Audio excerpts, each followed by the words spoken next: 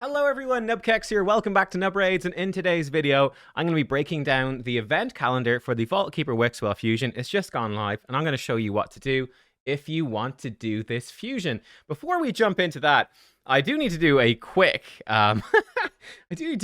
video on just this fusion in general, because I've never seen the comment section so deranged, and it's baffling. Like I did a poll and it was just the one. Unfortunately, I didn't see other channels doing polls yet, but like the poll for "do you like the fusion" was pretty darn similar to all the other polls. Nothing there, but the comment sections are crazy. I actually saw Hades did a video with Saf on it earlier. It is shocking. Like it's unbelievable. Like you could write, I feel like a doctoral thesis on what the hell is going on here. Like from a psychological perspective, it's just absolutely mental. The amount of hatred this fusion is getting.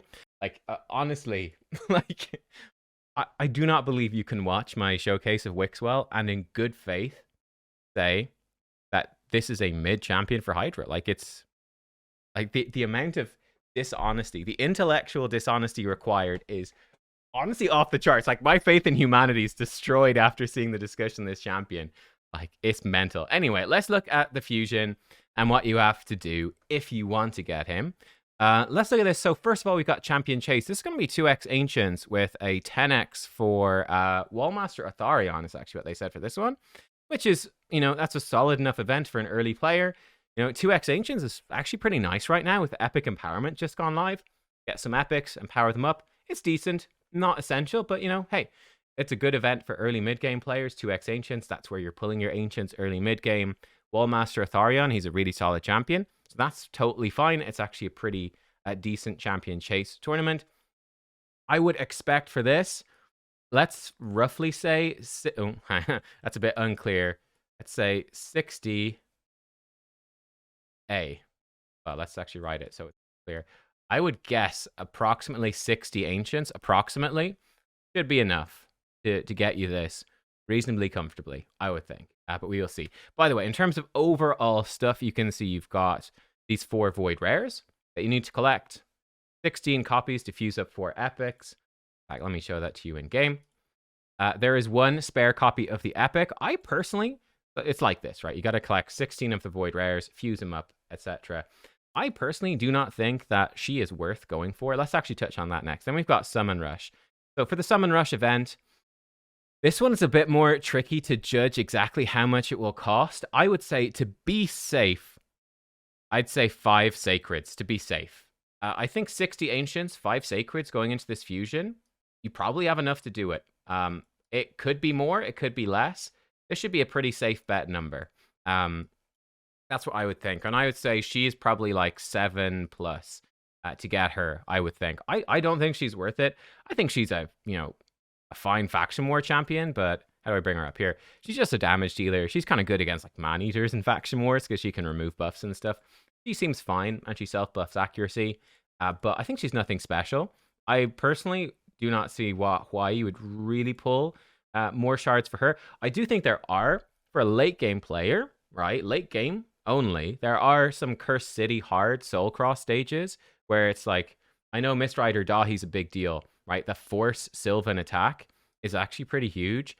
And rather than running 2 Mistrider Dahis, you could empower your Mistrider Dahi, and you could actually then bring in an Arwid. I think she'd be pretty good for those Cursed City stages, but that's probably about it. She's not particularly amazing. So yeah, I personally would not be too excited about this. I think that's fairly skippable, to be honest. They're the 2 summon events. I actually think the 2 summon events look fairly reasonable. Ancient Shard Champion Chase is the easiest version. And then hopefully needing lower points on Summon Rush. Like it could be 4 Sacreds if we're lucky. We'll see what exactly it ends up being. They could screw us over in the points, but this has potential to be good. We will see. Let's touch on something then that's easy. Classic Arena. We have one, we've only got 2 Classic Arena tournaments in here, or Classic Arena takedowns. They are very easy. You just do your Classic Arena. So long as you're in gold, it's basically free. If you're in silver, I think it's even pretty doable using your daily stuff. If you're in bronze, no. But for most people, Classic Arena are the easiest things to do in the fusions at the moment. Let's touch on something that is more difficult for sure. I know this very much from your comments. I very much took those on board from recently. I do have a silver tip video to help you maximize your silver, if you want to optimize. But here we go. These are, I would say, I would expect 15 million silver cost to each of these artifact enhancement. Seems to be the current standard. It's actually not as bad as it sounds if you save up all your silver, because obviously doing dragon and all of these dungeons and stuff, you will be generating silver. But I'd be prepared for 15 million silver for each one is a good ballpark. And then, of course, bearing in mind with the fusion itself, like what is it to fuse an epic? That's maybe, I can't remember off the top of my head how much it is to fuse an epic. I think to fuse the legendary is another million silver at the end. And remember, there is a time limit. It's a classic fusion. So do not let this timer expire with your 4 epics sitting there. You need to fuse them before this timer expires. They will not do anything. If you are like 1 minute later after this is ended, you go to support, you're like, I missed it by 1 minute, but I was ready to go. They won't help you. They will do nothing. You must fuse it before it's over, right? Like they won't fix it.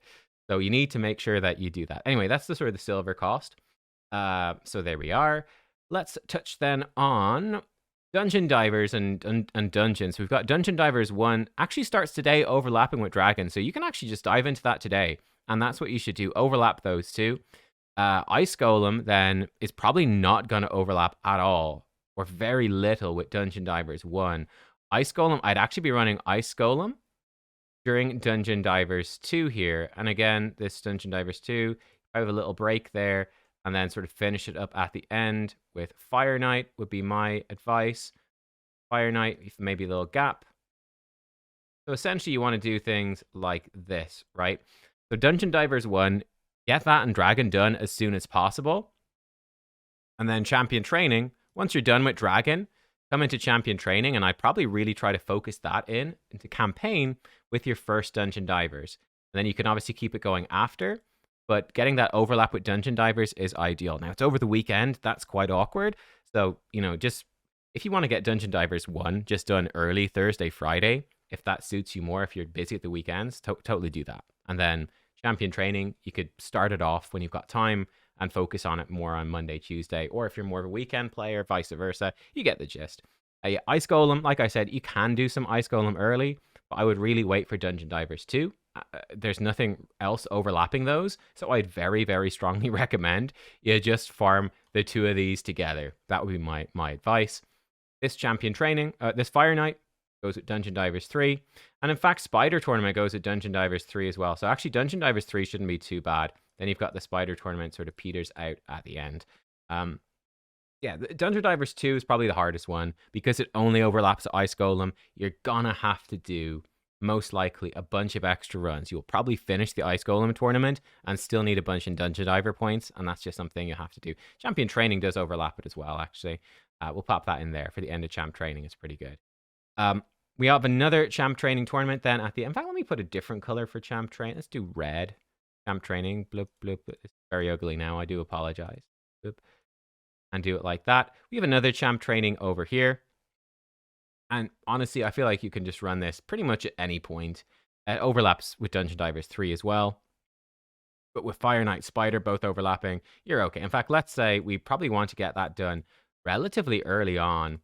So yeah, I would say once Fire Knight is done, I'd get that. In fact, I would say, for Fire Knight, Fire Knight, in fact. Let's wait for Dungeon Divers for Fire Knight. Let's get into Champ Training early. This is something you can do as well, of course. Leveling up. Prepare for the second Champ Training tournament. The one that's later on. Prepare. All right, sorry, I'm back. Broken train of thought. Just got a call there. Our dog Willow, again, pup date. She's back in the vet for fluid treatment again. It's been about a month since she was last in. She has kidney failure, right? So again, it's not too bad this time, but she started to go a bit off again, so she's in for treatment. That's basically what's happening, and see where it goes from there. It might be just every 3 weeks or so she's gonna need fluid treatment, or again, possibly it's just gonna keep getting shorter and shorter time or go downhill very fast. No idea. Kidney failure is fun. She's happy anyway. That's the main thing. But that's the pup date. Where was I? I guess an important thing I haven't touched on yet is the potion cost, right? for this fusion. So for doing the void rares, so they are 4-star voids. Do a 4-star void. Let me double check this. I'm pretty sure that it's the same for epics and rares, but let's just play it safe. Maybe it's not. So if we put this away, if we just whatever, level up a Bellower, who's going to be the same as the void rare. I also don't think the void rare is really worth keeping. He's a decent budget option for Hydra, but that's about it. Yeah, actually, I think it is a bit cheaper for rare. So this would be the cost for rares, right? To fully ascend each rare, it's going to be 10 small pots, 4 medium pots for your void keep, which is only open on Sundays. So be careful with that one, that you're not going to be locked out and not able to get enough void pots. Then you're going to need 5 small of the white pots and 3 of the medium white pots. Or are they white? Are they gray? I don't know. But that's it for the rares. For void, for the force epic, you're going to need to get her up to 5-star. Do we have... I don't think we have an... we do. Fenshi. He's an epic. Excellent. Epic force. To fully upgrade, you're going to need... Sorry, you're going to need 16 of those rares. 16. You're going to need 4 of these epics. So each epic will be 20 medium and 6 big red, 15 medium, and 3 big white. These are much, much more costly than the void rares. The void rares shouldn't be too bad. These ones are more costly, so make sure you're going in and you're farming your potions to get your 16 rares, and then after that, your 4 epics upgraded. Sadly, for Champion Chase tournament, you can obviously fuse stuff up to do the Champion Chase, but it's going to be pretty rough. You can, like, if you do Dungeon Divers Dragon, and then you do Champ Training, Artifact Enhancement Classic, like, you can actually squeeze probably just one of the epics bonus into Champion Chase, but it's not going to help you much. And none of this fusing or anything helps you with Summon Rush. But certainly, when you fuse stuff up, you can then level them up in Champ Training, and I'd recommend you get a big chunk of your Champion Training points in the second one, for sure, actually leveling up the 4 epics and having them good to go. CVC... did we just have CVC? I think we just had CVC. Yeah, we just had CVC. So it won't be on next Tuesday, Wednesday. It will be the following one. So let's put that in over here. Boom. CVC. So this is typically where you would probably be fusing them. It's actually, in fact, during the end of the event. So I think the last one just gone was non-personal rewards. So this is quite likely to be personal rewards. This is a great spot to fuse your Vaultkeeper Wixwell and to book him again. We started off with a video of him unbooked. Personally, I think he's extremely solid. So I personally would book him. Yeah, I think he's pretty darn valuable. Yeah, that's where you'd likely want to do it, is in the personal rewards CV. You can, if you need to, book champions for champion training tournaments, not events, but tournaments. But CVC is, if you care about CVC points, that's the more ideal thing. Early game, you might just book people for champ training tournaments. But yeah, that should be about it. So I would say, going into it, 50 million silver to be safe. Let's say, I don't know, let's say 1,000 gems to be safe. That's what I'd recommend. You likely won't even need all of those. I keep 1,000 gems to be safe, just to make sure you can keep refilling your energy for Dungeon Divers and be okay. 60 Ancient Shards for Champion Chase, roughly. And probably about 5 Sacreds, or the equivalent in Voids. About like 3.5 Voids per Sacred, so you'd be looking at maybe 15 to 20 Voids for the Summon Rush to be safe as well. I think should do it. Let me know if I'm off on any of that maths. But I think that should be about right.